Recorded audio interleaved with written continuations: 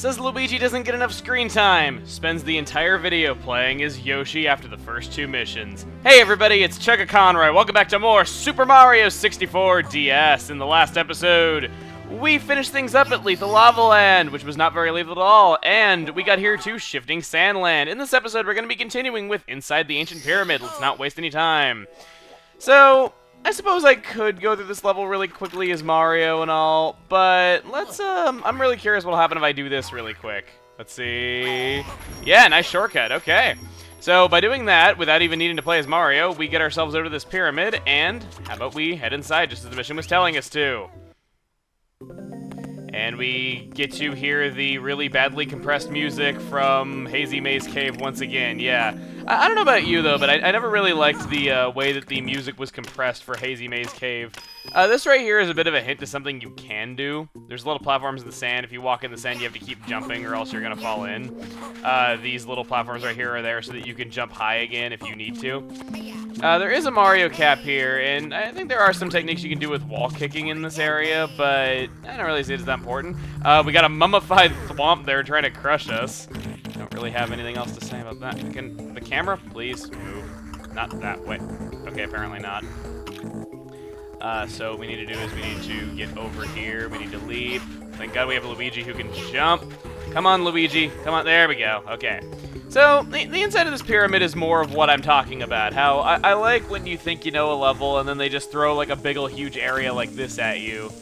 And, you know, it's like extra things that I guess weren't necessary, though, because the level design's already really great in Mario 64 as it is. But stuff like this just kind of adds more depth to it and kind of gives the missions a bit more of a different feeling.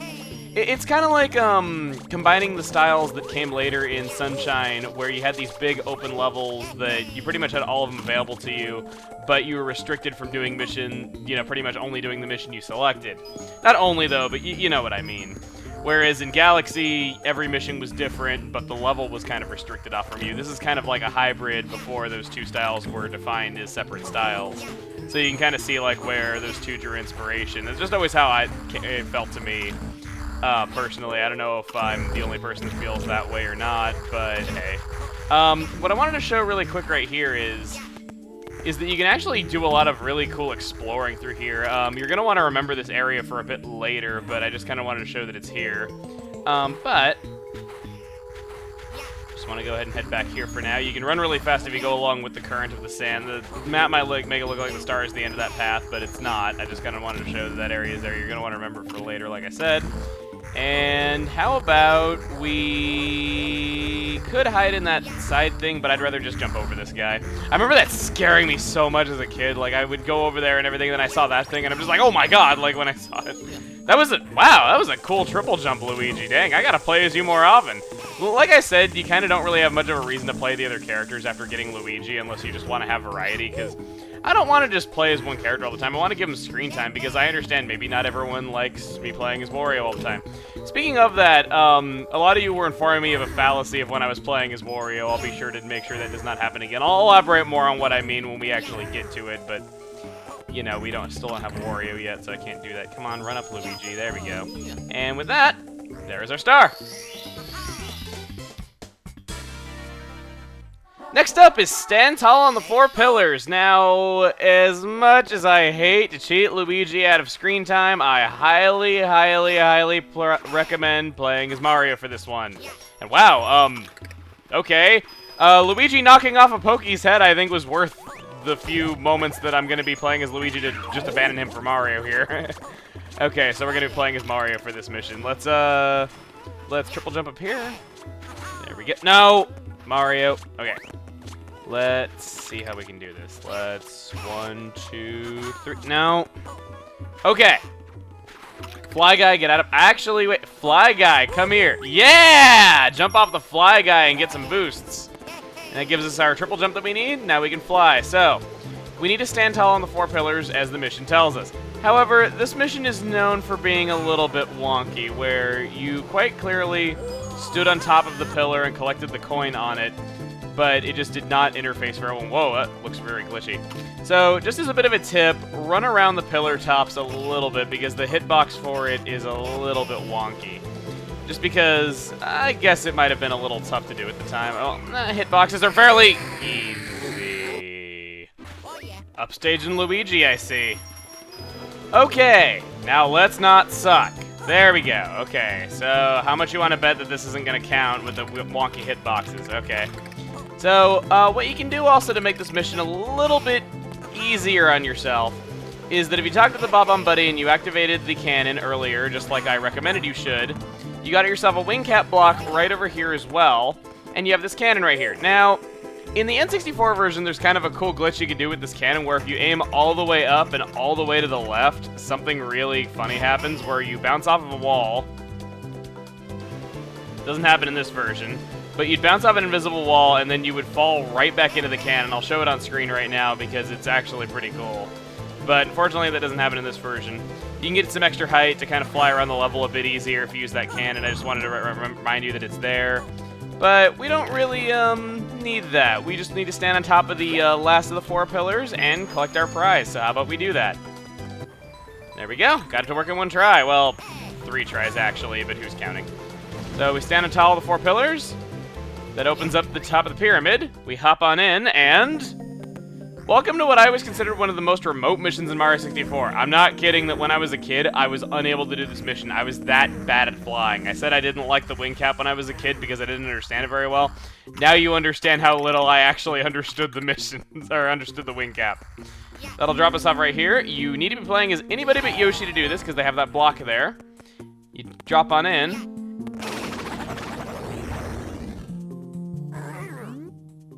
Who walk here?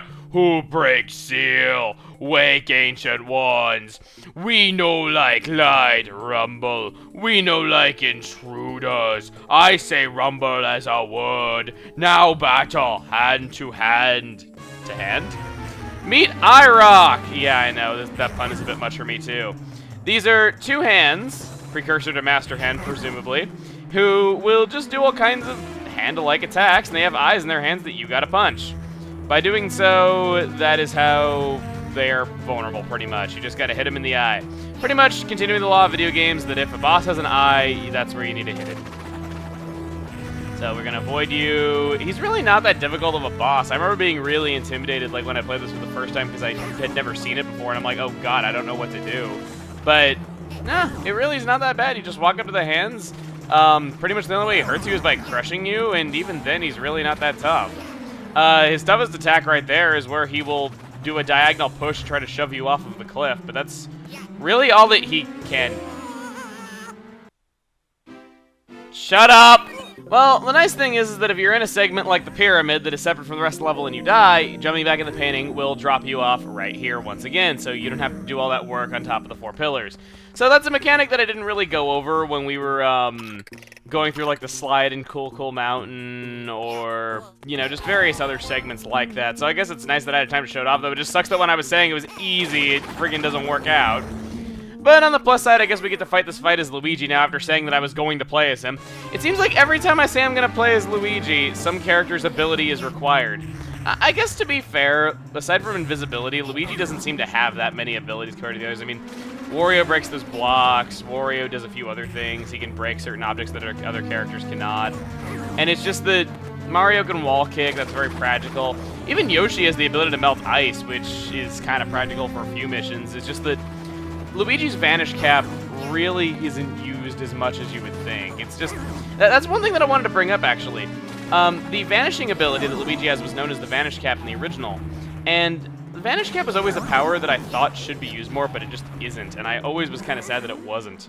Grumble, what happened? You crush like pebble, you so strong. You rule ancient pyramid. Hear that? Luigi is the new pharaoh.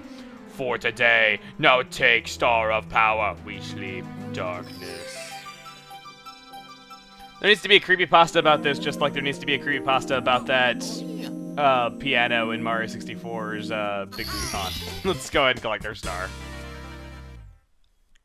Up next, Toxbox Switch Star. So, this is my sad realization that they are called Toxboxes and not toy boxes, just like I said last time around. Let's go on over here.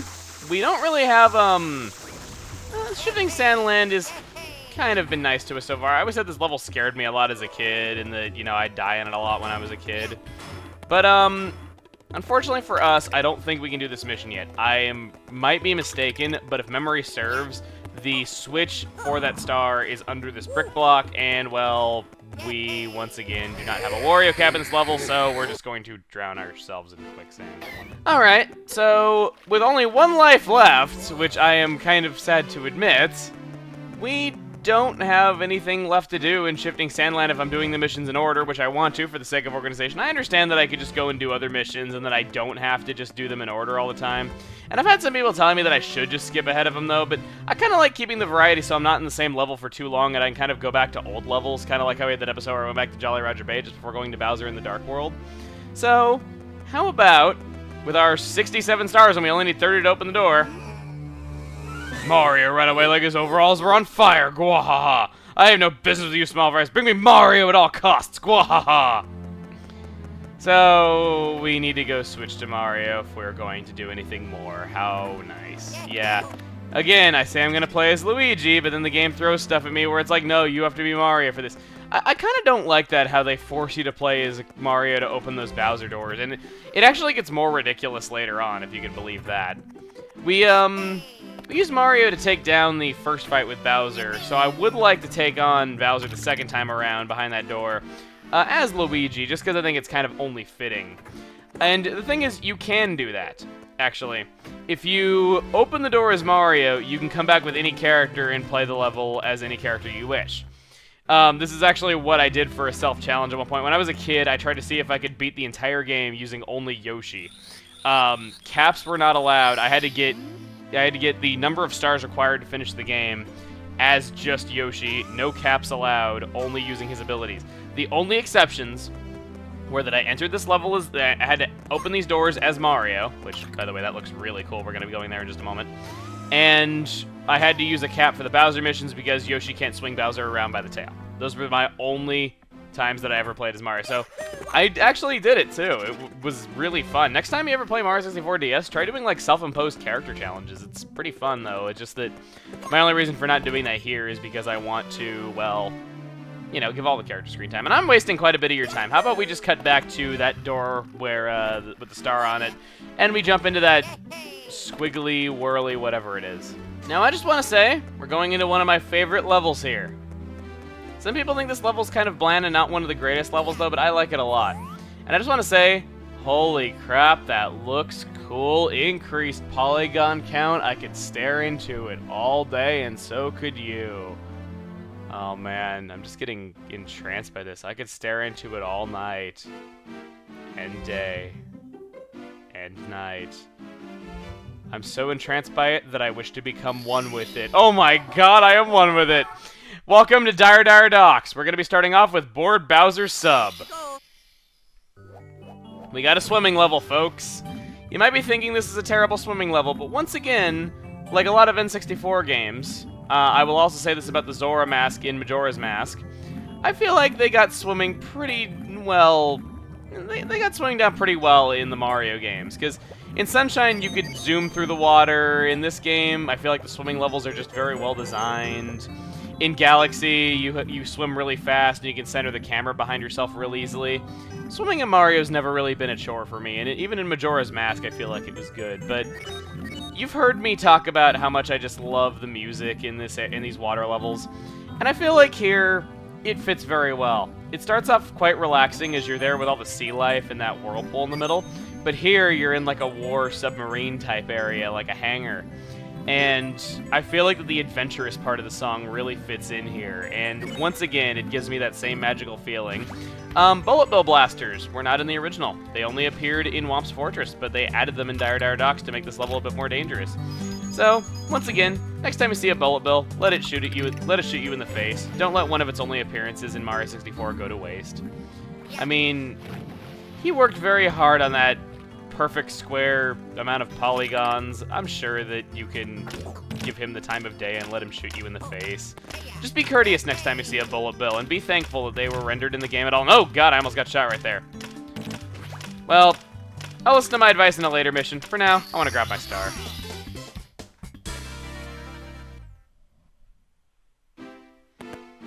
Okay, so 68 stars. It's a shame that we're cutting it 1 star away from the number that everyone would want me to get, but we're going to end this off here. Next time on Super Mario 64 DS, we are going to be, well, the whirly thing for Dire Dire Docks move back, or ripply thing for Dire Dire Docks move back, revealing this. We're going to see what's in there next time. See you guys then.